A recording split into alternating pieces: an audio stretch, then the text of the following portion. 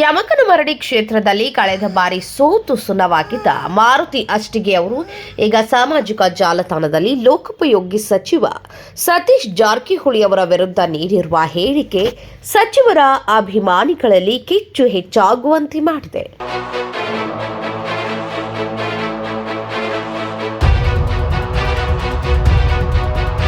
ಹೌದು, ಬಿಜೆಪಿಯ ಮುಖಂಡ ಮಾರುತಿ ಅಷ್ಟಿಗೆ ಅವರು ಸಾಮಾಜಿಕ ಜಾಲತಾಣದಲ್ಲಿ ಸಚಿವ ಸತೀಶ್ ಜಾರಕಿಹೊಳಿ ವಿರುದ್ಧ ನೀಡಿರುವಂತಹ ಹೇಳಿಕೆ ಸಚಿವರ ಅಭಿಮಾನಿಗಳ ಕಣ್ಣು ಕೆಂಪಾಗುವಂತೆ ಮಾಡಿದೆ.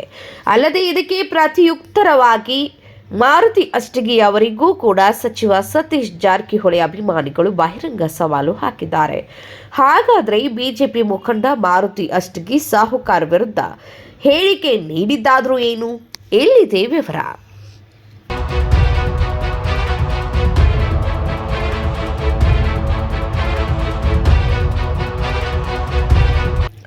ಬಿಜೆಪಿ ಮುಖಂಡ ಮಾರುತಿ ಅಷ್ಟಿಗೆ ಅವರು ಸಾಮಾಜಿಕ ಜಾಲತಾಣದಲ್ಲಿ ಲೋಕೋಪಯೋಗಿ ಸಚಿವ ಸತೀಶ್ ಜಾರಕಿಹೊಳಿ ಅವರು ಮುಂದಿನ ಸಲ ಮುಖ್ಯಮಂತ್ರಿಯಾಗೋದು ದೂರದ ಮಾತು, ಶಾಸಕರು ಆಗಲ್ಲ ಎಂದು ಹೇಳಿಕೆ ನೀಡಿದ್ದಾರೆ.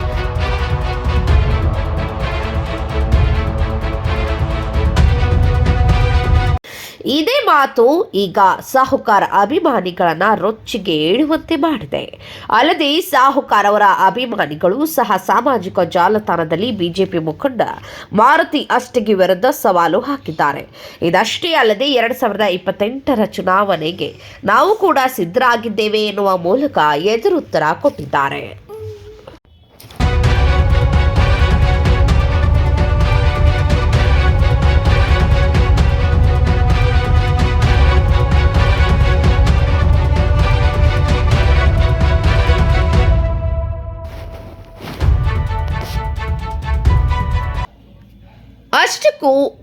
ಅಷ್ಟಿಗೆಗೆ ಏನು ಹೇಳಿದ್ದಾರೆ ಸಾಹುಕಾರ್? ಅಷ್ಟಿಗೆ ಅವರೇ, ನಿಮ್ಮ ವಿರುದ್ಧ ಸತೀಶನ ಜಾರಕಿಹೊಳಿ ಅವರು ಚುನಾವಣೆಗೆ ನಾಮಪತ್ರ ಸಲ್ಲಿಸಿ ಕ್ಷೇತ್ರಕ್ಕೆ ಒಂದೇ ಒಂದು ದಿನವೂ ಪ್ರಚಾರಕ್ಕೆ ಕಾಲಿಡದೆ ನಿಮ್ಮನ್ನ ಸೋಲಿಸಿದ ಇತಿಹಾಸವನ್ನ ನೀವು ಮರೆತಂತಿದೆ. ಕ್ಷೇತ್ರಕ್ಕೆ ಬಾರದೆ ಗೆಲ್ಲುವ ಶಕ್ತಿ ಇದ್ರೆ ಅದು ಸಾಮಾನ್ಯ ನಾಯಕರಲ್ಲ, ಜನಮನದಲ್ಲಿ ಗಟ್ಟಿ ನೆಲೆಸಿರುವ ನಾಯಕನ ಲಕ್ಷಣ. ಕ್ಷೇತ್ರದಲ್ಲಿ ಕಾಲಿಡದೆ ಗೆಲುವು ಸಾಧಿಸಬಲ್ಲ ಸಾಮರ್ಥ್ಯವಿರುವ ರಾಜ್ಯದ ಏಕಮಾತ್ರ ನಾಯಕರಲ್ಲಿ ಸತೀಶನ ಜಾರಕಿಹೊಳಿ ಅವರು ಒಬ್ರು ಎಂಬ ಸತ್ಯವನ್ನ ಮರೆತರೆ ಇತಿಹಾಸವೇ ನಿಮಗೆ ನೆನಪಿಸಲಿ ಎಂದು ಸಾಮಾಜಿಕ ಜಾಲತಾಣದಲ್ಲಿ ತಿಳಿಸಿದ್ದಾರೆ.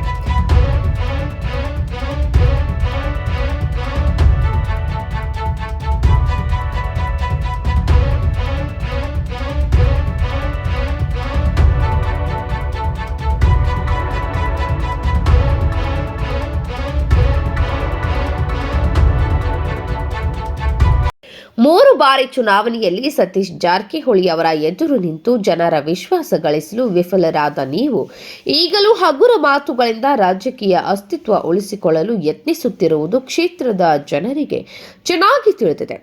ಮಾತಿನಲ್ಲಿ ಗೆಲ್ಲಬಹುದು ಅನ್ನೋ ಭ್ರಮೆ ಇದ್ರೆ ನೆಲಮಟ್ಟದ ಕೆಲಸ, ಜನಸೇವೆಯ ಸಾಧನೆಗಳು ಏನು ಎಂಬುದನ್ನು ಒಮ್ಮೆ ನೆನಪಿಸಿಕೊಳ್ಳಿ. ಸತೀಶ್ ಜಾರಕಿಹೊಳಿ ಅವರ ಹೆಸರು, ಹುದ್ದೆ ಅಥವಾ ಪ್ರಚಾರದ ಆರ್ಭಟದಿಂದಲ್ಲ, ಜನರ ಬದುಕಿನ ಜೊತೆ ನಿಂತು ಅಭಿವೃದ್ಧಿ ಮತ್ತು ಸಾಮಾಜಿಕ ನ್ಯಾಯದ ರಾಜಕಾರಣದಿಂದ ಕ್ಷೇತ್ರದ ಹೃದಯ ಗೆದ್ದ ನಾಯಕ. ಅದಕ್ಕೆ ಪ್ರತಿ ಚುನಾವಣೆಯಲ್ಲೂ ಜನರು ಸ್ಪಷ್ಟ ತೀರ್ಪು ನೀಡಿದ್ದಾರೆ ಎಂದು ಹೇಳಿದ್ದಾರೆ.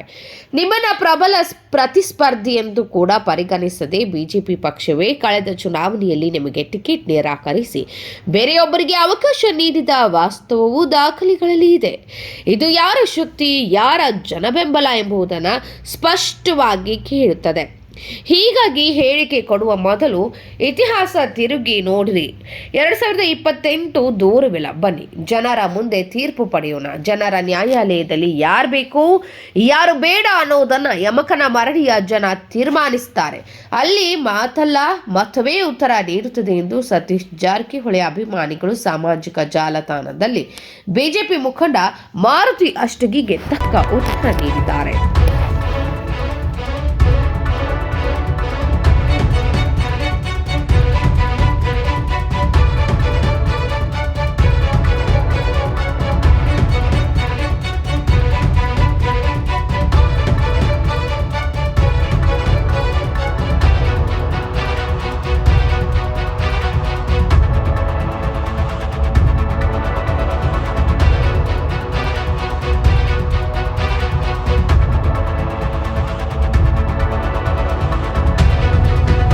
ಹೇಳಲಿಕ್ಕೆ ಬಯಸ್ತಾ ಇದ್ದೀನಿ. ಯಾಕಂದರೆ ಸಾಮಾನ್ಯ ಜನಕ್ಕೆ ಆಗಲ್ಲ ಅದು. ಒಂದು ದಿವಸ ಕ್ಷೇತ್ರದಲ್ಲಿ ಬಂದೆ ಪ್ರಚಾರ ಮಾಡಿಲ್ಲದೆ ಗೆಲ್ಲಲಿಕ್ಕೆ. ಅದು ನಿಮ್ಮ ವಿರುದ್ಧ ನಿಂತು ಒಂದು ಸಲ ಕ್ಷೇತ್ರದಲ್ಲಿ ಬಂದಿಲ್ಲದೆ ಗೆದ್ದಿದ್ದಾರಂದರೆ ನೀವು ತಿಳ್ಕೊಬೇಕಾಗಿತ್ತು. ನೀವು ಚಾಲೆಂಜನ್ನು ಕಟ್ಟಿದ್ದೀರಾ. ಅದಕ್ಕೆ ನಿಮಗೆ BJP ಸರ್ಕಾರ 2023ಕ್ಕೆ ನಿಮ್ಮನ್ನು ತೆಗೆದು ಬೇರೆ ದಾರಿಗೆ ಟಿಕೆಟನ್ನು ಕೊಟ್ಟಿದ್ದು ಇತಿಹಾಸ ಕೂಡ ಇದೆ. ಅದು ತಾವು ಮರ್ತಿದ್ದೀರಾ. ಸತೀಶಣ್ಣ ಜಾರಕಿಹೊಳಿ ಅವರು ಒಂದು ಇಂಥ ವ್ಯಕ್ತಿತ್ವ ಮನುಷ್ಯ ಇದ್ದಾರೆ. ಅವರು ಸೋಲಿಲ್ಲದ ಸರ್ದಾರ. ಅವ್ರು ಯಾವತ್ತೂ ಕೂಡ ಕೆಟ್ಟದ್ದು ಬಯಸಿದವರಲ್ಲ. ಪ್ರತಿಯೊಂದು ಅವರು ಸಾಮಾನ್ಯ ಯಾರೋ ನನಗೆ ಹೇಳಿದ್ರಂತ ಅವರು ತಲೆ ಕೆಡಿಸ್ಕೊಳ್ಳ. ಬಟ್ ಅವ್ರ ಕಾರ್ಯಕರ್ತ ಅದಕ್ಕೆ ಉತ್ತರ ಕೊಡಲಿಕ್ಕೆ ರೆಡಿ ಇರ್ತಾರೆ. ಸತೀಶಣ್ಣ ಜಾರಕಿಹೊಳಿ ಅವರು 2028ಕ್ಕೆ CM ಆಗ್ತಾರೆ. CM ಆಗಿ ನಿಮ್ಮ ಮನೆ ಎದುರುಗಡೆ ಬಂದು ನಾನೇ ಪಟಾಕ್ಷಿನ ಹಾರಿಸ್ತೀನಿ ಅಂತ ಹೇಳಲಿಕ್ಕೆ ಬಯಸ್ತಾ ಇದ್ದೀನಿ. ನಿಮಗೆ ಮತ್ತೆ ಸೋಲಿಂದ ರುಚಿ ತೋರಿಸ್ಲಿಕ್ಕೆ ನಾವು ರೆಡಿ ಇದ್ದೀವಿ. ಜೈ ಸತೀಶಣ್ಣ ಜಾರಕಿಹೊಳಿ. ಕೊಡೋದು ಜರುತ್ತಿಲ್ಲ. ಯಾಕಂದರೆ ಇವರು ಇಲೆಕ್ಷನ್ ಟೈಮಲ್ಲೇ ಬರ್ತಾರೆ, ಬಾಕಿ ಟೈಮಲ್ಲಿ ಗಾಯಬಾಗಿಬಿಡ್ತಾರೆ.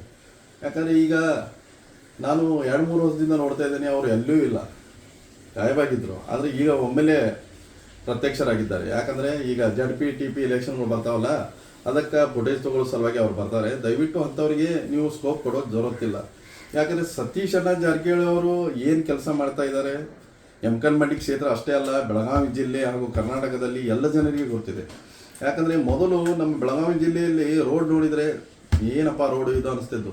ಆದರೆ ಈಗ ಅವರು PWD ಮಿನಿಸ್ಟರ್ ಆದಾಗಿಂದ ರೋಡ್ ಡೆವಲಪ್ಮೆಂಟ್ ಆಯಿತು, ಚರಂಡಿಗಳಾಯಿತು, 100% ಓಕೆ ಆಗಿದ್ದಾವೆ.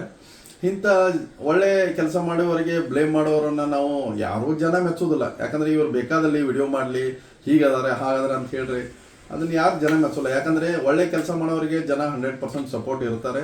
ಸಪೋರ್ಟ್ ಇಷ್ಟು ದಿನ ಭೀ ಇದ್ದರೂ ಇನ್ನು ಮುಂದೂ ಇರ್ತಾರೆ.